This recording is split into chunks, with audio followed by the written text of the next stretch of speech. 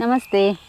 ನೋಡಿ, ಇವತ್ತು ನಾನು ನಿಮಗೆ ಪೈನಾಪಲ್ ಹಾಕಿ ಸ್ಪೆಷಲ್ ಆಗಿರೋ ಶೀರಾ ಹೇಗೆ ಮಾಡೋದು ಅಂತೇಳಿ ತೋರಿಸಿಕೊಡ್ತೇನೆ. ಶೀರಾ ಅಥವಾ ಇದಕ್ಕೆ ಫುಡ್ಡಿಂಗ್ ಅಂತ ಕೂಡ ಹೇಳ್ತಾರೆ. ಹಿಂದಿನ ಕಾಲದಲ್ಲೆಲ್ಲ ಒಂದು ಫಂಕ್ಷನಲ್ಲಿ ಟಿಫಿನಿಗೆ ಉಂಟಲ್ಲ, ಶೀರಾ ಇದ್ದೇ ಇರ್ತದೆ ಒಂದು ಸ್ವೀಟ್. ಆದರೆ ಈಗ ಎಲ್ಲ ಶೀರದ ಬದಲಿಗೆ ಬೇರೆ ಸ್ವೀಟ್ ಎಲ್ಲ ಮಾಡಲಿಕ್ಕೆ ಸ್ಟಾರ್ಟ್ ಮಾಡಿದ್ದಾರೆ. ಆದರೂ ಕೂಡ ಆ ಶೀರದ ಪ್ಲೇಸನ್ನು ಯಾವ ಸ್ವೀಟ್ ಕೂಡ ಅಲಂಕರಿಸಲಿಕ್ಕೆ ಆಗೋದೇ ಇಲ್ಲ. ಇವತ್ತು ನಾನು ನಿಮಗೆ ಪೈನಾಪಲ್ ಮತ್ತು ಕೇಸರಿ ಹಾಕಿ ಶೀರಾ ಮಾಡಿ ತೋರಿಸ್ತೇನೆ. ಅಂದರೆ ಕೇಸರಿ ಯಾವುದಕ್ಕೆ ಹಾಕೋದಂತ ಹೇಳಿದರೆ, ಫುಡ್ ಕಲರ್ ಯಾವುದೇ ಇಲ್ಲಿ ನಾನು ಯೂಸ್ ಮಾಡ್ತಾ ಇಲ್ಲ. ನ್ಯಾಚುರಲ್ ಆಗಿ ಶೀರಾ ಮಾಡೋದು ಹೇಗೆ ಅಂತೇಳಿ ತೋರಿಸಿಕೊಡ್ತೇನೆ. ಹಾಗಾದರೆ ಸ್ಟಾರ್ಟ್ ಮಾಡುವ. ನಾನು Asha Udupa Kateel. Welcome back to Karavali mirror. ಒಳ್ಳೆ ಹಣ್ಣಾದ ಪೈನಾಪಲ್ ಪರಿಮಳ ಬರ್ತಾ ಉಂಟು. ಇದನ್ನೊಂದು ಚೆನ್ನಾಗಿ ತೊಳೆದುಕೊಳ್ಳುವ.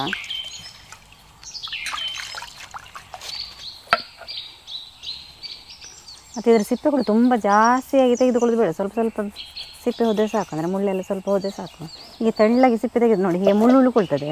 ಆ ಮುಳ್ಳಿನ ಜಾಗವನ್ನು ಮಾತ್ರ ಸ್ವಲ್ಪ ತೆಗೆದ್ರೆ ಆಯಿತು. ಮತ್ತು ಲಾಸ್ಟಿಗೆ ನೋಡಿ, ಪೈನಾಪಲ್ ಇದು ಸಿಪ್ಪೆ ತೆಗೆದುಕೊಂಡಾಯಿತು. ಈಗ ಅದರ ಸ್ವಲ್ಪ ಮುಳ್ಳಿನ ಭಾಗವನ್ನು ತೆಗೆದುಕೊಳ್ತಾ ಇದ್ದೇನೆ. ಮತ್ತು ಇದು ನಮ್ಮದು ಪೈನಾಪಲ್ ಪುಡ್ಡಿಂಗ್ ಉಂಟಲ್ಲ, ಫುಲ್ ಪೈನಾಪಲ್ ಬೇಕಾಗಿಲ್ಲ. ನಾನೊಂದು ಅರ್ಧ ಮಾತ್ರ ಹಾಕ್ಕೊಳ್ತೇನೆ. ಮತ್ತು ಅರ್ಧ ನಮಗೆ ತಿನ್ನಲಿಕ್ಕೆ ಆಗ್ತದೆ. ಒಂದು ಸಕ್ಕರೆ ಹಾಕಿ ತಿಂದರೆ ಉಂಟಲ್ಲ, ಅದರದ್ದು ಟೇಸ್ಟೇ ಬೇರೆ. ಮತ್ತು ಇದು ಪೈನಾಪಲಿಂದ ತುಂಬ ಬಗೆ ಮಾಡ್ಬೋದಲ್ಲ. ಅಂದರೆ ಜ್ಯೂಸ್ ಮಾಡ್ಬೋದು, ಮತ್ತು ಶೀರಾ ಮಾಡ್ತಾಯಿದ್ದೇವೆ ಹೇಗೂ. ಮತ್ತು ಇದರಿಂದ ಸಾಂಬಾರೆಲ್ಲ ಮಾಡಲಿಕ್ಕೆ ಆಗ್ತದೆ, ಕಾಯಿ ರಸ ಮಾಡಲಿಕ್ಕೆ ಆಗ್ತದೆ, ಮೆಣಸ್ಕಾಯಿ ಮಾಡಲಿಕ್ಕೆ ಆಗ್ತದೆ. ನಾನಿಷ್ಟು ಅರ್ಧವನ್ನು ಮಾತ್ರ ಹಾಕ್ಕೊಳ್ತಾ ಇದ್ದೇನೆ. ನೋಡಿ, ಇದನ್ನು ಚಿಕ್ಕದಾಗಿ ಕಟ್ ಮಾಡಿಕೊಳ್ತಾ ಇದ್ದೇನೆ.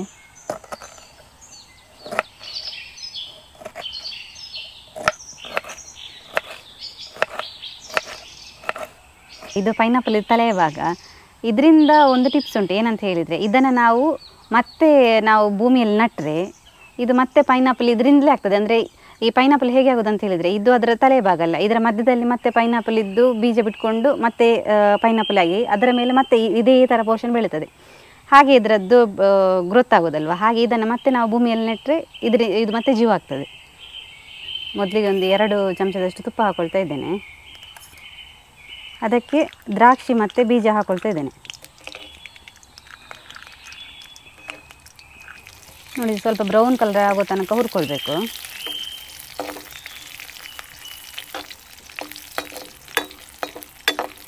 ದ್ರಾಕ್ಷಿ ಬೀಜ ನೀವು ಎಷ್ಟು ಬೇಕೋ ಅಷ್ಟು ಹಾಕ್ಕೊಳ್ಬೋದು. ದ್ರಾಕ್ಷಿ ಬೀಜನ ನೀವು ಮೊದಲಿಗೆ ಹುರ್ಕೊಳ್ಬೋದು, ಅಥವಾ ಎಲ್ಲ ಆದ ನಂತರ ಲಾಸ್ಟಿಗೆ ಕೂಡ ಹುರಿದುಕೊಂಡು ಹಾಕಿಕೊಳ್ಬೋದು. ನೋಡಿ, ಈ ತುಪ್ಪಕ್ಕೆ ನಾವು ಪೈನಾಪಲ್ ಆಗ ಚಿಕ್ಕದಾಗಿ ಕಟ್ ಮಾಡಿ ಇಟ್ಕೊಂಡಿದ್ವಲ್ಲ, ಅದನ್ನು ಹಾಕಿ ಚೆನ್ನಾಗಿ ಹುರ್ಕೊಳ್ಳುವ.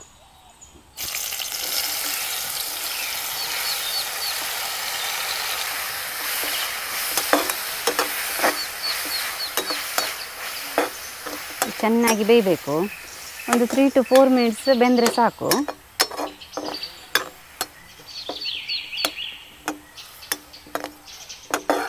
ತುಪ್ಪದಲ್ಲಿ ಹುರಿದರೆ ಒಳ್ಳೆ ಟೇಸ್ಟ್ ಬರ್ತದೆ.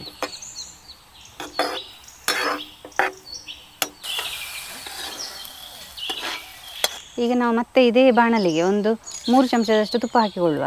ತುಪ್ಪ ಅಂದರೆ ನಾನು 3 ಚಮಚ ಅಂತ ಹೇಳೋದು. ನಿಮಗೆ ಜಾಸ್ತಿ ಬೇಕಾದರೆ ಜಾಸ್ತಿ ಕೂಡ ಹಾಕಿಕೊಳ್ಬೋದು. ಇದು ತುಪ್ಪ ಯಾಕೆ ಹಾಕೋದಂತ ಹೇಳಿದರೆ, ರವೆಯನ್ನು ಹುರಿಲಿಕ್ಕೆ. ನೋಡಿ, ನಾನು ರವೆ ಒಂದು 3/4 ಕಪ್ ಅಷ್ಟು ತಗೊಂಡಿದ್ದೇನೆ.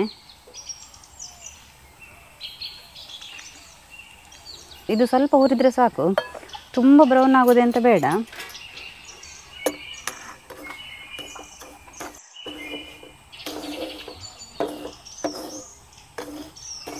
ನೋಡಿ, ಈಗ ಸಜ್ಜಿಗೆ ಹುರ್ಕೊಂಡಾಯಿತು. ಇದನ್ನು ಸಪ್ರೇಟಾಗಿ ತೆಗೆದಿಟ್ಟುಕೊಳ್ಳುವ. ನೋಡಿ, ಈಗ ಪೈನಾಪಲ್ ನಾನೊಂದು 3/4 ಕಪ್ ಅಷ್ಟು ಸಕ್ಕರೆ ತಗೊಂಡಿದ್ದೇನೆ. ಅದರಲ್ಲಿ ನಾನೀಗ ಕಾಲು ಕಪ್ ಆಗುವಷ್ಟು ಸಕ್ಕರೆ ಹಾಕ್ಕೊಳ್ತಾ ಇದ್ದೇನೆ. ಸ್ವಲ್ಪ ನೀರಾಗಲಿ.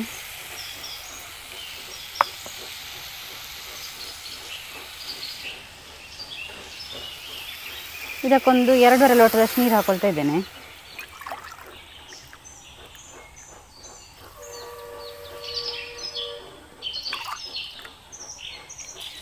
ನೀರು ಸರಿ ಕುದಿದ ಮೇಲೆ ನಾವು ರವೆಯನ್ನು ಹಾಕಿಕೊಳ್ಳುವ.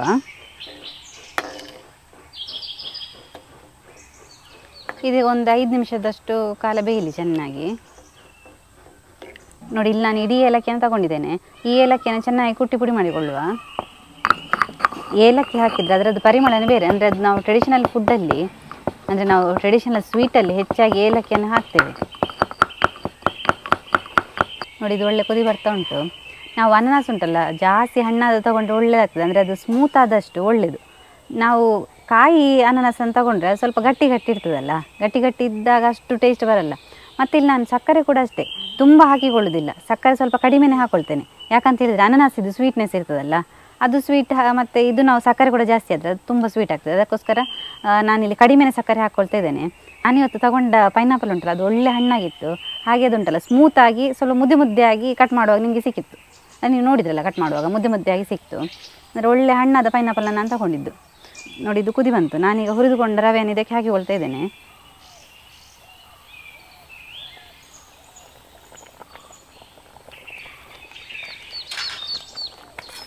ಕೈ ಆಡಿಸ್ತಾ ಇರಬೇಕು, ಯಾಕೆಂದ್ರೆ ಗಂಟು ಬೀಳಬಾರ್ದು.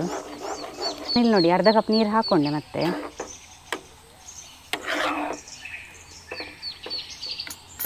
ಇದಕ್ಕೆ ನಾವೀಗ ಕೇಸರಿನ ಹಾಕಿಕೊಳ್ಳುವ, ಅಂದರೆ ನ್ಯಾಚುರಲ್ ಆಗಿ ಫುಡ್ ಕಲರ್ ಇದು, ಅಂದರೆ ನಾವು ಬೇರೆ ಫುಡ್ ಕಲರೆಲ್ಲ ಹಾಕೊಳ್ಳೋದಿಲ್ಲಲ್ಲ, ಹಾಗಾಗಿ ಇದು ಕೇಸರಿದು ಸ್ಪೆಷಲ್ ಶೀರ ಕೂಡ. ಇದಕ್ಕೆ ಸ್ವಲ್ಪ ಸಕ್ಕರೆನ ಆ್ಯಡ್ ಮಾಡಿಕೊಳ್ಳುವ.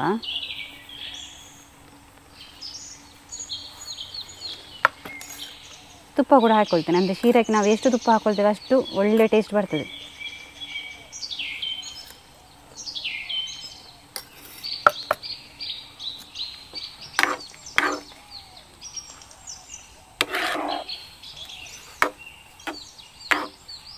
ಇದು ನಾವು ಫುಡ್ ಕಲರೆಲ್ಲ ಹಾಕಿದರೆ ನಮಗೆ ಯೆಲ್ಲೋ ಕಲರ್ ಬರ್ತದೆ ಶೀರ.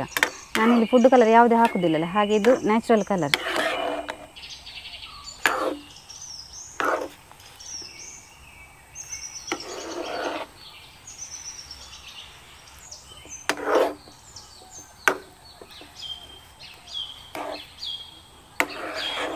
ನೋಡಿ ಇನ್ನು ಇದಕ್ಕೆ ನಾವು ಪುಡಿ ಮಾಡಿದ ಏಲಕ್ಕಿಯನ್ನು ಹಾಕಿಕೊಳ್ಳುವ. ತುಪ್ಪದಲ್ಲಿ ಹುರಿದುಕೊಂಡ ಗೋಡಂಬಿ ಮತ್ತು ದ್ರಾಕ್ಷಿಯನ್ನು ಹಾಕಿಕೊಳ್ಳು. ನಾವು ನೋಡಿ ಇಲ್ಲಿ ಫುಡ್ ಕಲರ್ ಯಾವುದೇ ಹಾಕಿಲ್ಲ, ಇದನ್ನು ಕೇಸರೆಲ್ಲ ಹಾಕಿ ನ್ಯಾಚುರಲ್ ಆಗಿ ಮಾಡಿದ್ದೇವೆ. ಅದು ತುಂಬ ಚೆನ್ನಾಗಿ ಬಂದಿದೆ ನೋಡಿ, ಒಳ್ಳೆ ಪರಿಮಳ ಕೂಡ ಬರ್ತಾ ಉಂಟು. ನಾವಿಲ್ಲಿ ತುಪ್ಪ ಎಲ್ಲ ಎಷ್ಟು ಹಾಕ್ತೇವೆ ಅಷ್ಟು ಒಳ್ಳೆಯದು ಬರ್ತದೆ. ನೋಡಿ ಇದು ರೆಡಿಯಾಗಿದೆ.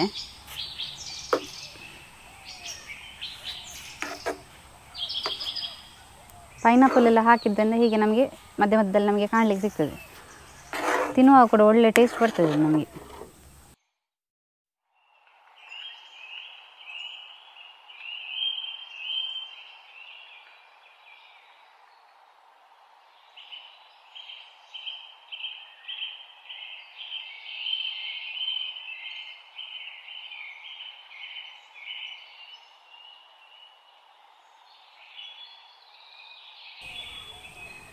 ಬಿಸಿ ಬಿಸಿ ಕೇಸರಿ ಮತ್ತು ಪೈನಾಪಲ್ ಹಾಕಿದ ಶೀರ ರೆಡಿಯಾಗಿದೆ.